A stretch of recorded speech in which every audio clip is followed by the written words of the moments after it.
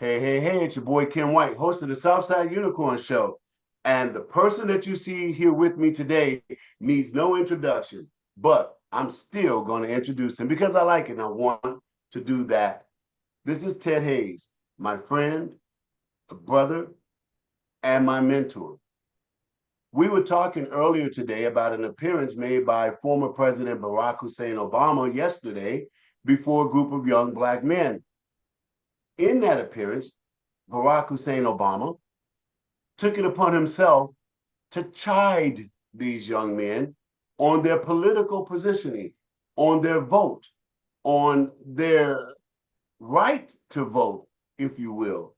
Because he said to them they were conspicuously missing from the Kamala Harris campaign.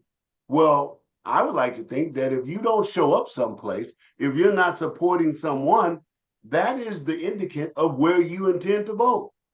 I believe it was presumptuous and somewhat racist of Obama to go before those young men and tell them that the brothers need to vote for Kamala. Ted, are you abreast with what I'm speaking on? Yeah, I am now. Yes. I watched the news clip, but this is something I've known about Mr. Obama long before he even ran for, in 2008 before he was elected. See, there is a psychology in certain people in this country, white folks, but primarily liberals, Democrats, and black folks, that since 1964, even though historically we were Republicans politically, 1964, we made a big switch, and became so much so that we always voted Democrat 95%, 95% or more without question. And with many of us this generation born black, born Democrat, and I was Democrat at one point in my life. You And we were a don't think Democrat? I was Democrat myself at one point Whoa. because boom. I've been voted Democrat. I voted for Jimmy Carter. Y'all don't know nothing about that. It's too young.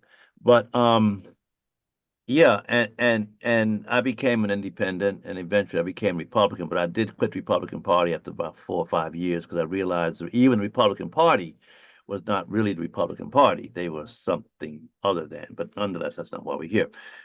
And so they're shocked. The Democrats are shocked that black men are finally starting to wake up and realize, particularly young black men, that we're not going to go along with the Democrat narrative anymore. Malcolm X pointed this out to us back in 1963 when he said, "Look, the conservative Republicans, they got their ways, their little racist ways." But he said, "But the most dangerous of all of these white people are the liberals, the Republicans, or rather the liberal Democrats." And he said that we were being bamboozled, we were hoodwinked, and we were run amok. And here we are 50, 60 some years later.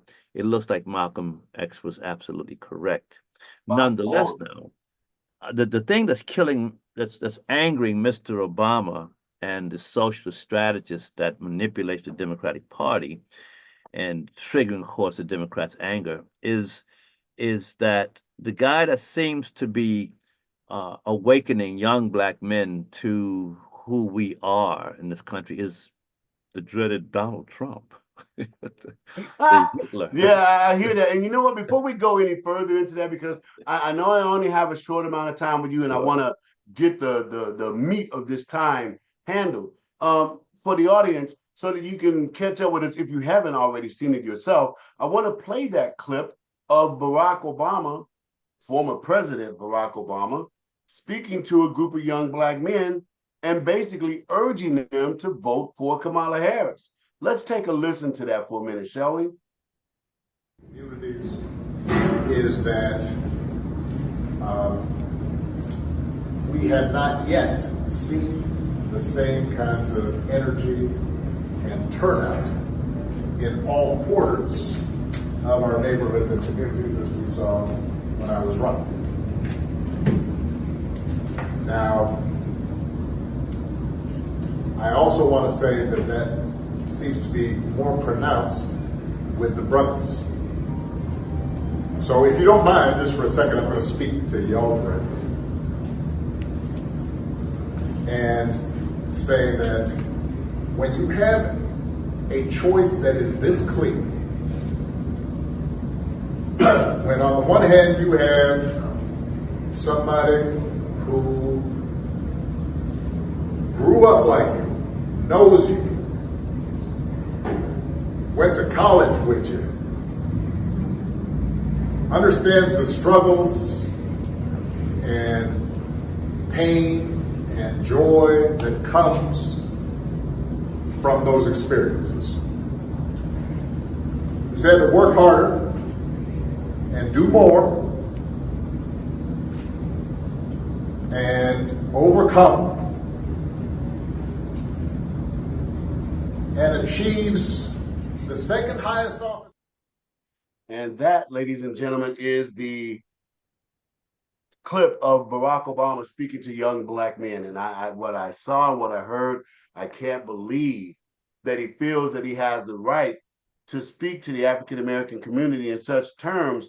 And Ted, is it just me, or did he use the term the brothers as if though he was set aside from that, as if though he's not a brother? Am I hearing that wrong, or what's your thoughts on that? Well, he's not a brother. That's the point of the whole thing. That's why I did not listen to him. I mean, Donald Trump tried to tell him back in 2014, whatever it was, he tried to tell him, hey, brothers, this cat is not a brother. I'm more of a brother to you than this guy. Wow. So he can't. When President Donald J. Trump can say he's more black than you are, Yeah. that's a They talk problem. about Donald Trump, and the black men in the hip hop industry talk more about Donald Trump than they do about Obama before Obama even showed up.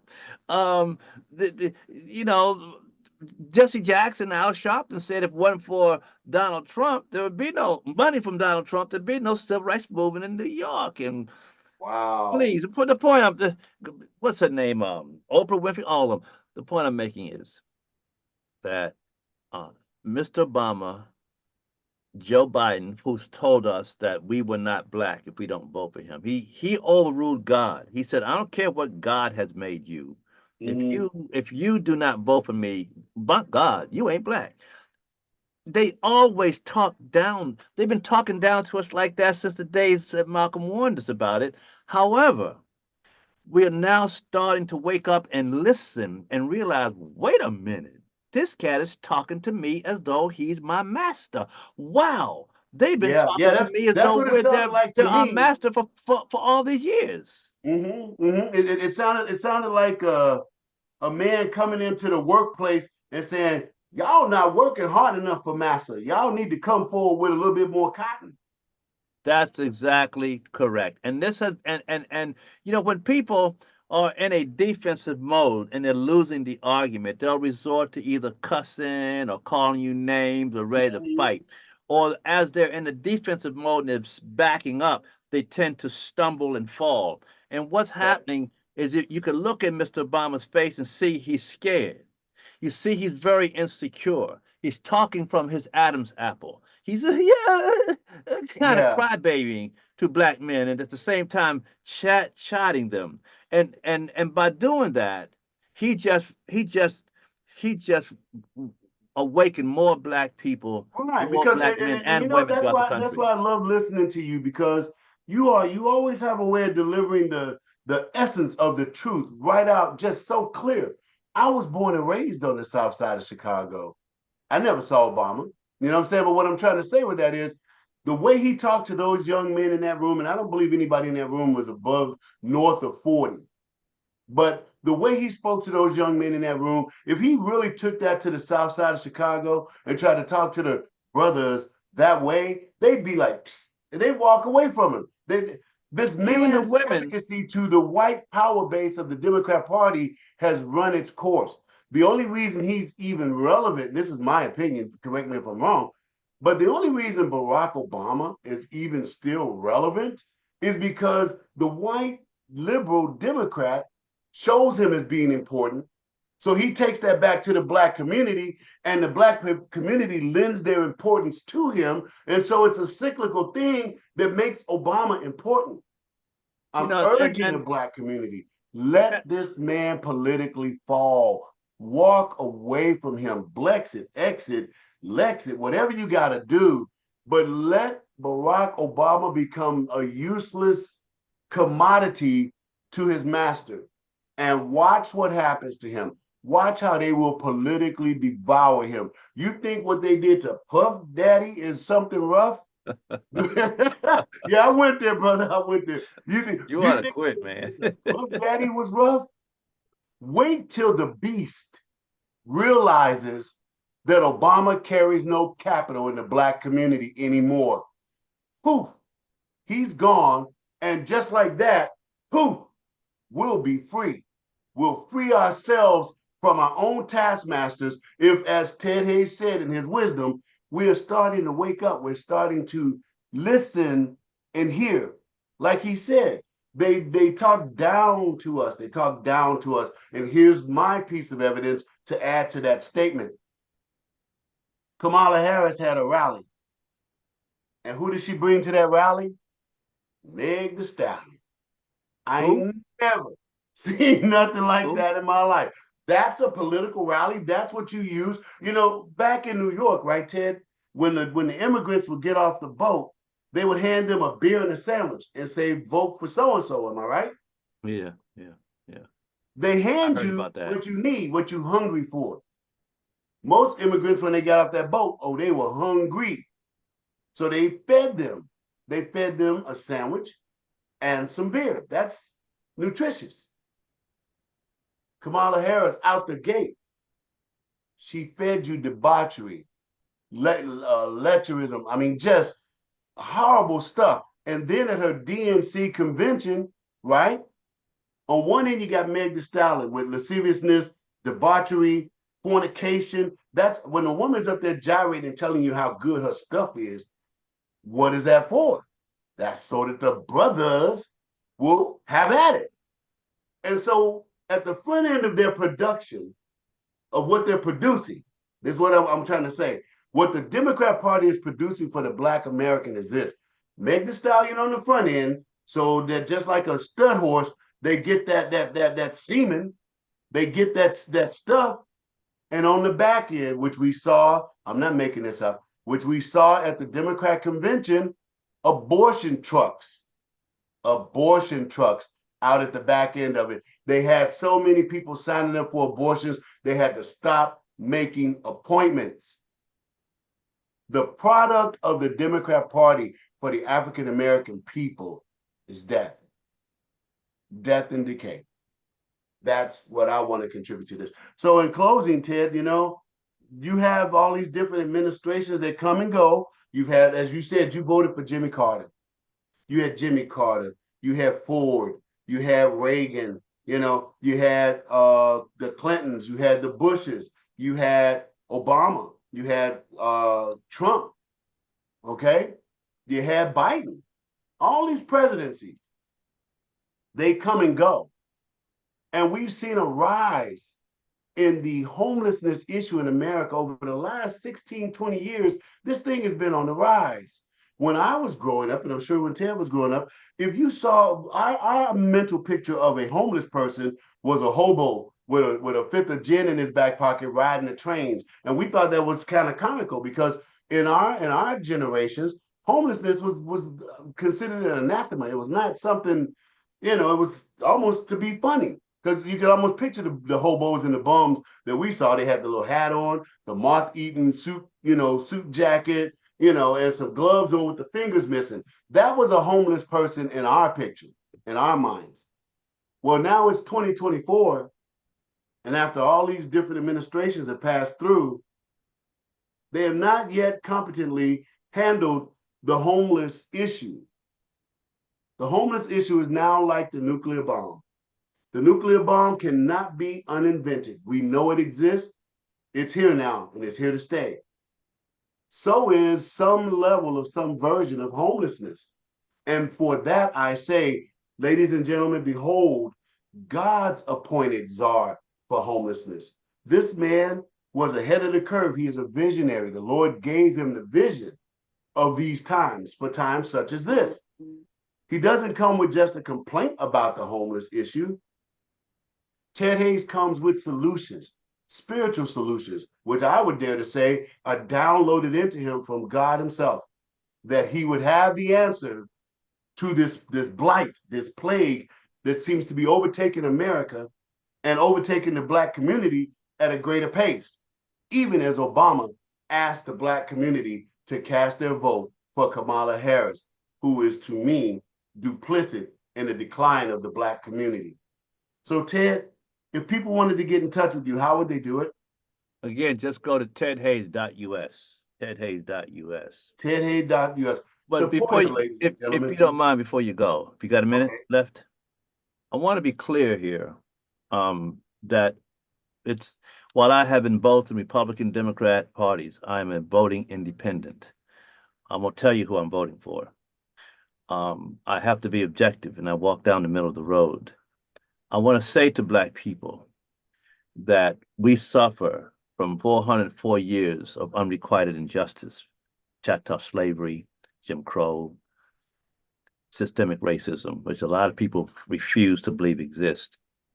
Nonetheless, we have been bequeathed in the Constitution and the federal laws of this country power to really improve and develop ourselves. And when you go to my website, tedhayes.us, you'll see all the information there. No, it doesn't matter what president, Trump, Kamala Harris, anybody. It's really up to us, y'all. It's up to us. And we got to get cognizant of who we are in these United States of America is in very serious trouble and need us to redeem them right now. So go to tedhayes.us. Unicorn Ken, thank you for asking my opinion on this matter. And keep up the good work, brother. I salute you on all that you do. All of y'all out there that follow Ken, keep on following the brother. But keep your eyes open too, though. Oh yeah. Because you know me, man. Like some people say, you never know what the Southside Unicorn is going to say. Well, today I want to say this is a message to the brothers. Y'all need to revoke President Barack Obama's ghetto pass. In my opinion, the ghetto pass is revoked. He never had one, brother. You say he never had one? No. Damn, We I was didn't trying to know give him it. We credit. thought he did because he looked like us. We perpetrated fraud. Well, we perpetrated fraud on ourselves. Wow, We that's conjured deep. up Barack Obama. So you saying don't even bother with revoking that ghetto pass? He never had one. All right, bet. Then on that note, ladies and gentlemen, we just wanted to come in for a minute and posit this in this situation, since we're less than 30 days away from one of the most consequential elections in the history of this nation. Let them fools go, man. Kamala, Obama, Biden, all of them. It's time to jettison them fools. You How don't about have to Trump? like What about President Trump? Trump. What Huh? about Trump? What makes Trump any different than any I other know where you president? get ready to go with that, and we extending a little bit. The bottom line is it's a binary choice, brother. It's a matter of you can get with this or you can get with that. You know what I'm saying? I ain't getting with this. I ain't down with that. You know what I'm saying? I ain't down with that. So it's sort of like you got to go, man, damn. Okay, watch this. You got a choice, and I'm just talking in basic terms, okay? You got a choice between this young lady and this young lady. This was over here digging in her nose and shaking her leg, and her do ain't quite right and whatnot. You know what I mean? And this one over here, she's got a foul mouth. Oh man, you better come on, get some. That's your choices. You gotta choose one. You are not going to pick the one that's picking in her nose and her do is off to the side and she chewing on that gum like she chewing on some hay. That one ain't getting picked. So you're saying Choice. Yeah, choose she's the got a worst of foul the mouth. choose Huh? between the lesser of evils. Okay, The I'll lesser let you of know it. ugly. The lesser of ugly. The one that when it's 9 o'clock in the morning and you look over to your left or your right, you're not gonna try to chew your arm off. What if I told you? What if I told you the one that's not picking her nose but doing something else that's less gross? What if I told you that she's got something really, really gross going on. If Now, you you don't know know what? nothing about. Okay, watch this. For the purpose of what we just did in this 10 or 12 minutes, I'm gonna leave you alone, Ted. But look at, I know that look. I know that look. So you know what? I tell you what. Let's come back together sometime next week, and we gonna do the nitty gritty on your opinion. Because like you said, you were once a Democrat, you were once a Republican, now you're independent. I really believe you got something to say about this upcoming election and these I do. two I candidates. really do. So watch this. This was about my man, my brother, Barack Obama. You know what I'm saying? So we're gonna keep it on that note. This was about Barack. You know what I'm saying? I So understand. next week, if you would, can I have you back next week and we talk about what Yeah, I that can was see? simply that was simply a trailer. Well, What's the sorry commercial break? my man said it was a trailer. Okay, bet. So with that, ladies and gentlemen, listen to me. There's no place I'd rather be. There's nothing more I'd rather do than being right here doing these shows for you. This is your boy Ken White, host of the Southside Unicorn Show, and we are out. See ya.